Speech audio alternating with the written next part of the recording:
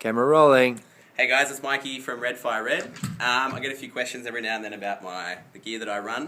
So I'm going to take the camera over and show you guys just exactly what I use and sort of how I use it. So we'll start off with the base that I use. This is a Lackland Donald Duck Done signature in a very nice red that matches my shirt. Nothing too complicated. I mean, it's pretty much a precision base, not replica, but very similar to. 4 strings, don't need a fifth. I use an ashtray for anchoring because I play with my fingers, so I can get real pull on the strings. Tone, volume, and a hip shot to tune to D, drop D really quickly, which is good for live shows, so I don't have to sit there with the tuner. For pedals, I've got 4 here, as you can see on the board. I've got a compressor, a fuzz, an octave, and a tuner. So the compressor I have on all the time. I mean, you can set it up how you want. EBS is the brand, and it's good because it's true bypass, so you don't get any, dodginess there with things that aren't true bypass. You pay a bit more for it, but I think it's worth it. So that's always on, just kind of gives you a more crunchy tone. The fuzz is a big muff with the sustain turned really quite high, so you get that really fuzzy, deep, guttural kind of bass sound. And a lot of people, well, if you've been to a Red Fire Red gig, you might have seen me play quite high up the neck.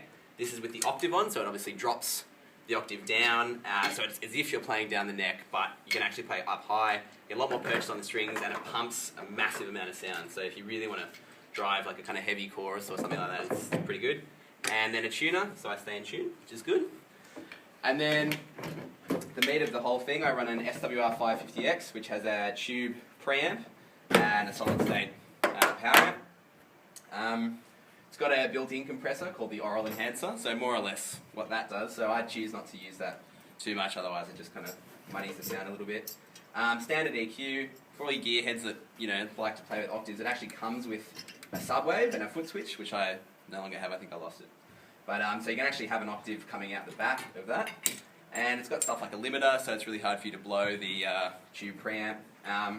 Passive and active, obviously, and then I run it through a SWR 8x8, so it's 8 8-inch speakers, obviously. I find it gives a better sound, more punchy tone than a 10 or a 12-inch speaker, like a lot of people swear by the Ampeg fridge setup, but I really think that this pushes a greater volume of sound and really tight sounds.